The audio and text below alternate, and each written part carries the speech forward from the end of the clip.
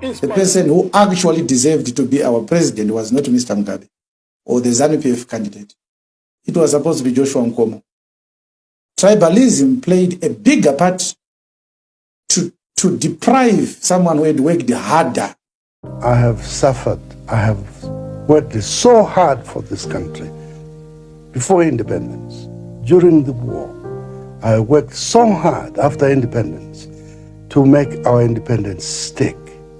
And this man today turns around and he calls me a traitor. Zimbabwe, it was a private army and which reported directly to Mugabe. Fair enough, it reported directly to Mugabe, but you and your husband directly reported to Mugabe. Neither of you spoke out against those killings. I don't know if you did it in private. You certainly didn't do it in public. Neither of you quit your jobs in disgust at the murder of 20,000 of your fellow citizens.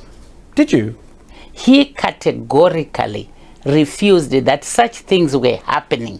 If you're a Shona person who can speak Ndebele, just know that you're a rare commodity. Because why is it that a lot of Ndebele people can speak Shona, but Shona people can't even greet in Ndebele?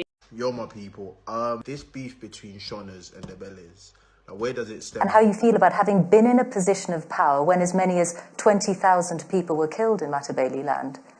I'm asking you, because you've taken over from Mr. Mugabe after 37 years, what is it that stops you saying the words, I'm sorry for what happened in that time, in a way that...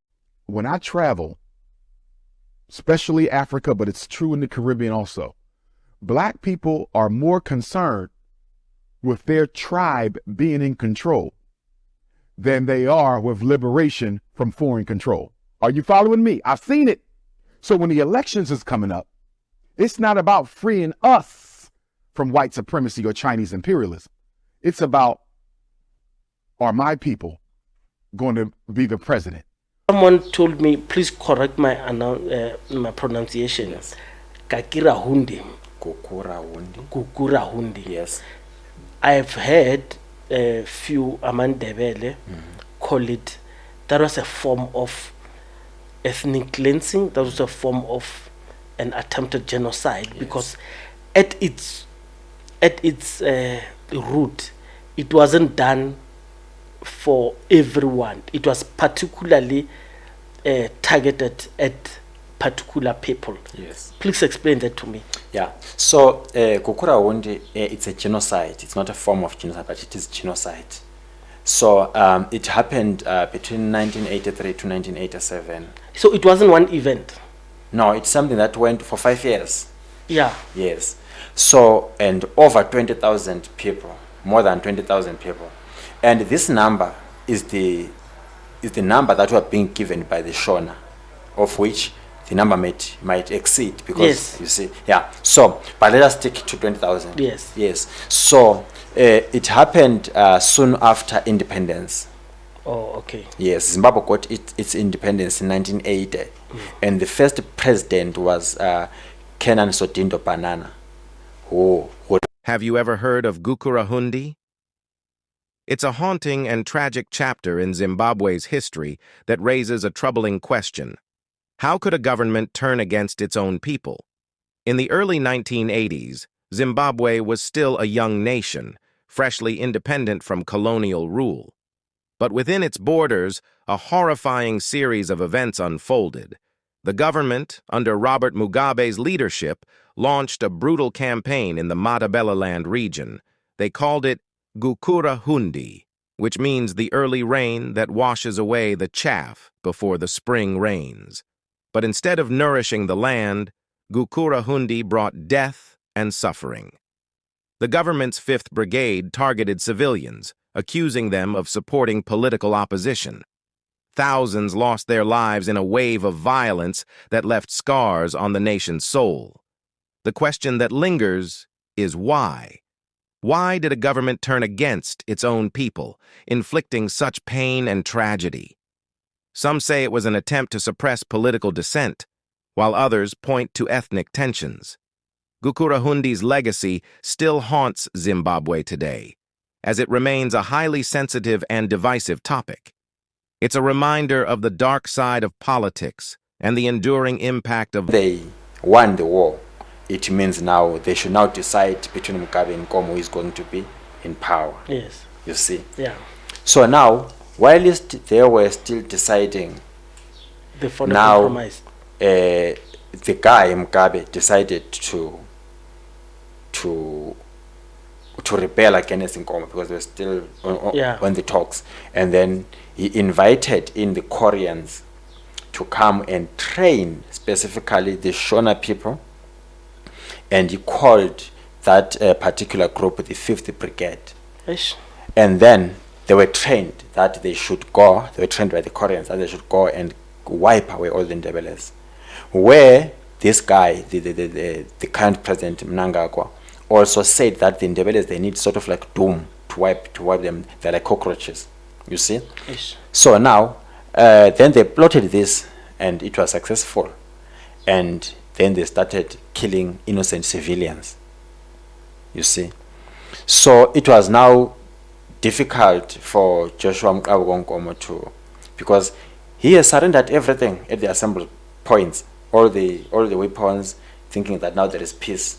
Now we should start building camps, and then have a national army. And then he surrendered everything. He disarmed all his soldiers and said, let us now build a proper national army and have range. We put F4 and everything. Whilst he is disarming, the other guys busy arming. Yes. You see. So now the Ndebeles had no weapons now, and then they started killing for 5 years.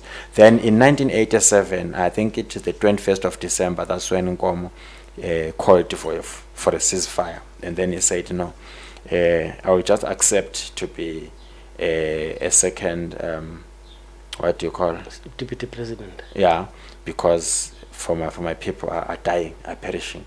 Then that's how it happened. But in reality, Nkomo, he had so much support, even from the Mashonaland, and Nkomo's army, the Zebra forces, believe me, it was one of the strongest armies even in the history of Africa.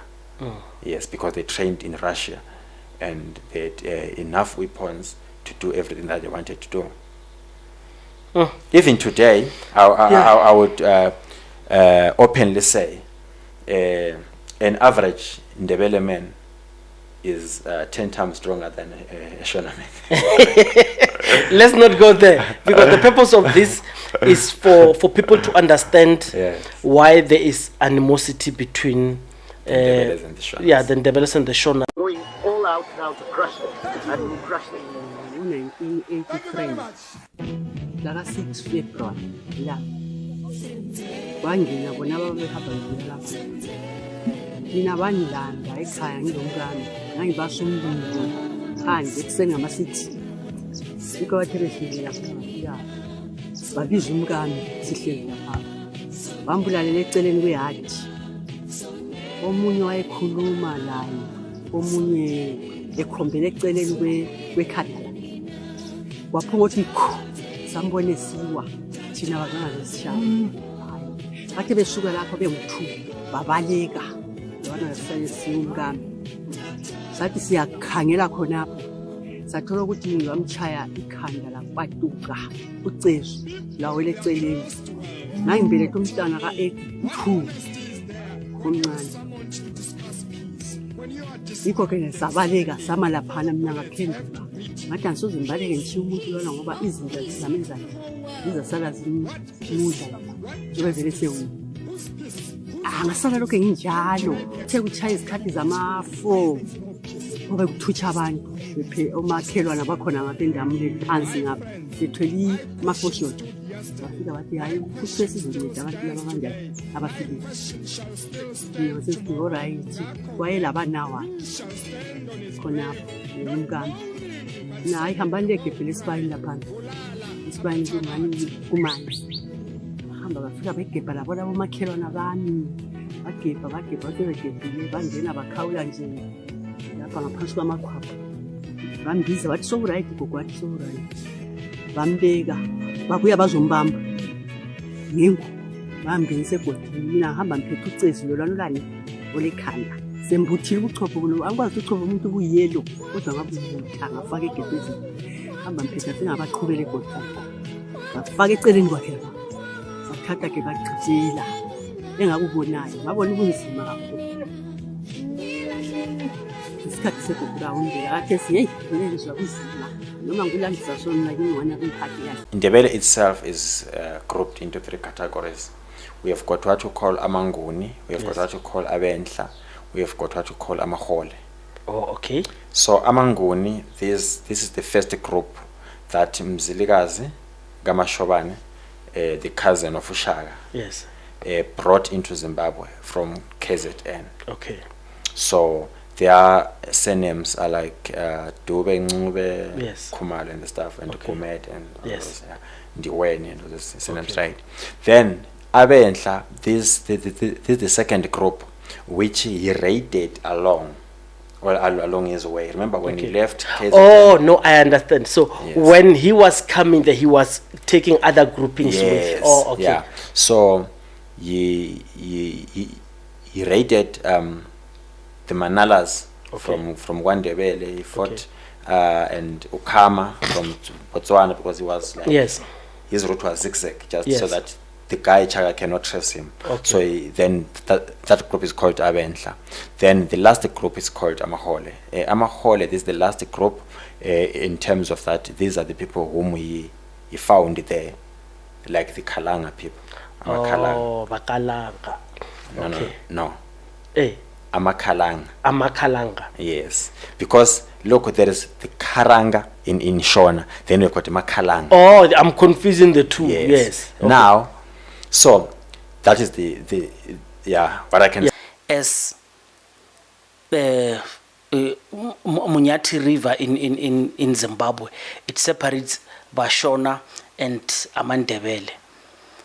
Ndebele land and Mashona land are two separate. It's almost like two countries, Bulawayo and Harare. Those things, you would think it's unfair, but Africans must learn to unite to be strong. The more united we are, it doesn't make sense now. But if you sit down, you look at the numbers, the reason we are infiltrated is because we are not together.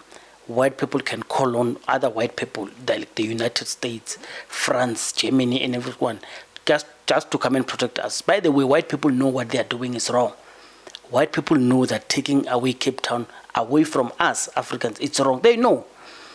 They will not even want to debate you, but they know it's wrong. They do it anyway. If we do something that they would call our people on us, and there will be war.